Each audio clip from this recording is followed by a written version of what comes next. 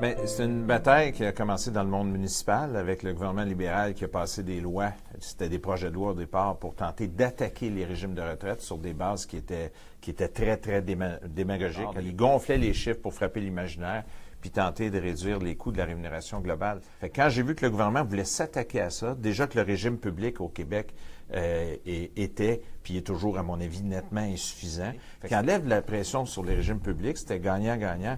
Je trouvais que c'était scandaleux. Je me souviendrai toujours d'une phrase du ministre Moreau qui disait, pour justifier d'attaquer les régimes de retraite, il parlait, un, de l'état des déficits, puis deux, il disait, écoutez, là, on a toujours sous-estimé l'allongement de l'espérance de vie. J'ai toujours dit que c'est un menteur, je leur dis aujourd'hui. D'avoir des dirigeants qui sont des menteurs, comme le ministre Moreau, c'est incroyable, parce que les actuaires de tout temps ont calculé l'allongement de l'espérance de vie dans les régimes de retraite pour tenir compte de la pression sur les régimes de retraite. Cette arrogance-là, ce mépris-là, cette méconnaissance-là, cette démagogie-là a fait en sorte d'être une bougie d'allumage pour que tout notre monde, à un moment donné, se réveille à dire non. Là, on est attaqué de façon injuste et il faut réagir. La pension de sécurité de vieillesse, ça a démarré beaucoup plus tard dans l'histoire en général. L'histoire des retraites au Canada, ça a suivi exactement les méandres de l'histoire de la Fédération canadienne. Okay? C'est-à-dire que dès qu'il y a eu la mise en place de l'État canadien, l'État fédéral canadien, il a fallu, comme dans n'importe quel État, créer des forces armées. Il a fallu créer des forces de police, de contrôle, et il a fallu créer un corps de justice pour appliquer les lois, bien entendu. Alors, ces trois corps de métiers-là ont tout de suite pu être embauchés sur le thème du salaire à vie, on va dire. C'est-à-dire, on leur a donné dans leur contrat de travail, on leur a dit, bon, vous allez travailler, merci pour le pays, pour sa sauvegarde, pour ses frontières, pour sa paix sociale. Et en contrepartie, on va vous donner, on vous garantit une rémunération. Et au moment de ce qu'on appelle la retraite, après 30 ans ou 40 ans de travail, ça dépendait des corps de métier, mais c'était plus près de 30 que de 40, on va continuer à vous donner un salaire jusqu'à la fin de votre vie en récompense des services que vous avez rendus. Le premier système de retraite, c'est important, en dehors des juges, des policiers, des militaires, ça a été 1927. Ça, c'est la date la plus importante. Alors, les élections arrivent et en 1926, d'abord, il y a une commission qui se réunit à Ottawa pour voir le problème des pensions. C'est toujours comme ça que ça commence.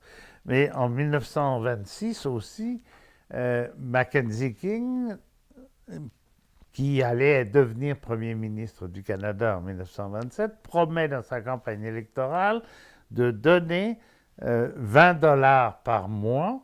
20 $ par mois, ça fait 240 $, alors que les sénateurs en avaient 4000. Hein? Vous voyez la différence. À tous les gens de plus de 70 ans qui n'étaient pas capables de trouver du travail, qui n'avaient pas de biens, héritage, revenus, locatifs, quel qu'il soit. Puis il y avait un système qu'on appelait le Mintz Test qui était assez sévère, qui ne pouvaient pas non plus liquider leurs biens rapidement à leurs enfants, comme ça ils en avaient pu éviter les fraudes. Donc 20 $ par mois, il fallait avoir plus de 70 ans, ne plus avoir de revenus du tout, et avoir séjourné à l'époque entre 30 et 40 ans au Canada. Et là, j'ai commencé à être déjà délégué syndical pour un syndicat qu'on appelle encore les métallos aujourd'hui. Par la suite, je suis venu à la STM et là, véritablement, j'ai commencé à militer syndicalement. En 1973, je suis devenu président de mon syndicat. Moi, j'ai travaillé premièrement à Hydro-Québec. Oui. Et je suis en venant à Montréal. J'ai travaillé pour la STM. Je me suis impliqué à la défense des travailleurs, des travailleurs accidentés aussi. Je viens de Québec, native de la ville de Québec, complètement dans la ville de Québec. À cause de mes enfants, que je ne pouvais pas avoir un job plein temps, donc je travaillais pour American Rock, affiliée à la chaîne de Stanford. Je voyais des inégalités qui me fatiguaient, là. Alors, je me suis impliquée dans le syndicat. Je suis devenue déléguée syndicale pour, après ça, devenir vice-présidente au niveau du local du syndicat des TU, des Travailleurs unis de l'alimentation et du commerce.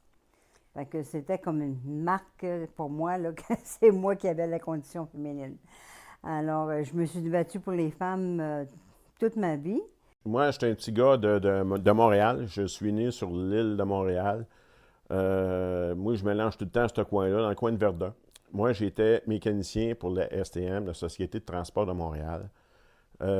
J'ai commencé en 1976. Après la grève, il y a eu des grèves qui se sont faites pour l'indexation, etc. En 1983, j'ai été congédié pendant 9 mois pour activité syndicale. J'ai commencé comme étudiant à la Ville de Montréal à 17 ans.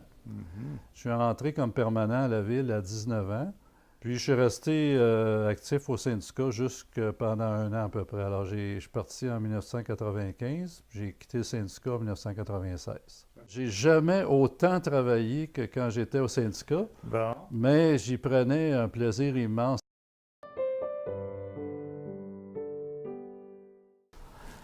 J'espère que mes petits-enfants vont continuer ce qu'on fait à l'heure actuelle. C'est pour eux aussi qu'on le fait. Il n'y a rien qui arrive gratuitement dans la vie. Il faut discerner ce que l'opinion publique puis ce que les gouvernements veulent nous passer comme opinion. Nous faire croire qu'on va avoir 33 % mais que ça va être dans 50 ans.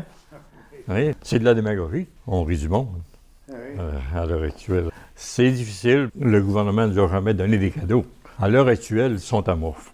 On était un peu au début de l'ère industrielle, l'industrialisation. Donc, il y avait espoir, puis il y avait une possibilité d'un certain bien-être des populations. Les travailleurs se syndiquaient pour avoir un peu plus de force auprès de leur employeur. Mais je remarque depuis plusieurs années que le système dans lequel on vit ne peut plus satisfaire ce genre de revendications-là.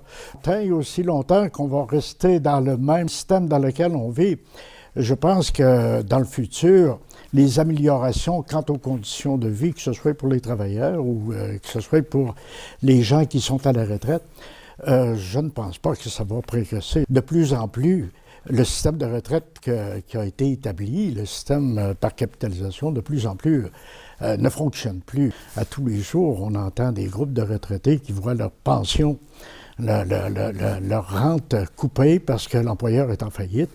Et ça remet en cause aussi toute la question des faillites d'employeurs. Ça n'a pas de bon sens. La promesse qu'on a faite aux employés à l'effet qu'au moment de la retraite, ils auraient une facilité un peu plus pour vivre avec leur fonds de retraite. Cette promesse-là n'est plus respectée. L'employeur ne prend pas ça de sa poche, mais c'est à cause de ton travail qui peut. Nos retraites sont en fonction de l'humeur des marchés financiers.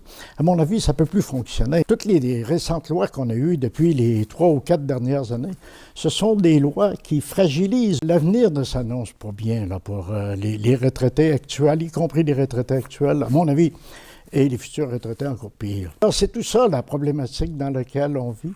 Et c'est ça pour lequel il est important qu'on se regroupe, qu'on comprenne ces dimensions-là, qu'on les comprenne pour essayer de trouver une façon de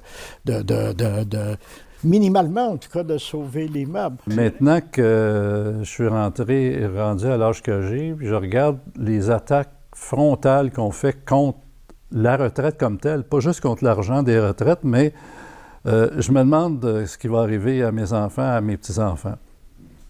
Moi, je suis très inquiète. C'est pas pour rien qu'on a une coalition puis qu'on continue de se battre pour les retraites. De plus en plus, les employeurs nous enlèvent nos pensions déterminées, une prime déterminée pour des pensions à cible, au bon vouloir de l'employeur, naturellement. Ce qui veut dire qu'il y a bien des endroits, il y en a qui ont très peu de pension. Et que dire du dossier de la femme, en particulier au niveau de la pension? Donc, ce n'est plus une pension garantie, c'est une pension qu'on doit, nous, se négocier et se ramasser. Alors, c'est bien important, les femmes, ça me touche personnellement, parce que j'en vois des femmes vieillissantes, qui ont 65 ans et plus, 2 petites pensions du gouvernement, sont en bas du seuil de pauvreté, c'est pas assez. Il faut pousser absolument notre gouvernement à remonter les salaires, parce que c'est vrai que tu peux pas, tu vas penser à manger avant d'aller mettre sur ta pension. Il faut augmenter les pensions gouvernementales, surtout pour ceux qui ont seulement ça. Ils n'ont pas d'autres pensions. Alors, ils sont au seuil de la pauvreté. Alors, il faut absolument pousser les gouvernements à faire quelque chose. Et on ne lâchera pas, il ne faut pas lâcher. La lutte continue parce qu'en septembre, dans les prochains mois, en cours supérieur, la preuve débute. On va gagner. J'en suis profondément convaincu. Et on parle encore d'équité intergénérationnelle. Ça n'a pas de bon sens. Les régimes de retraite là, sont trop généreux. Les plus jeunes auront rien. Puis c'est les plus vieux qui prennent tout. Foutaise absolue. Les plus jeunes qui payaient davantage de cotisations, un peu plus de cotisations dans le régime de retraite, à qui on demandait des efforts supplémentaires, on avait trouvé un outil extraordinaire d'équité intergénérationnelle. À ces gens-là, à la plus jeune génération, on donnait une formule d'indexation qui était plus avantageuse pour tenir compte que ces gens-là contribuaient davantage dans leur régime de retraite. Des formules d'indexation plus avantageuses, c'était notre levier d'équité intergénérationnelle. Le gouvernement libéral, là, dans ces 2 premières années, puis avec ce projet de loi-là, a détruit tout ce qu'on avait réussi à construire. On a demandé à nos gens de faire les efforts. On a demandé à nos gens de revoir, de partir plus tard à la retraite. On avait tout fait nos devoirs. Fait que ça a été très choquant. Très choquant. Puis les leviers intergénérationnels, maintenant, il n'y en a plus. Le gouvernement a tout mis au même niveau. Là.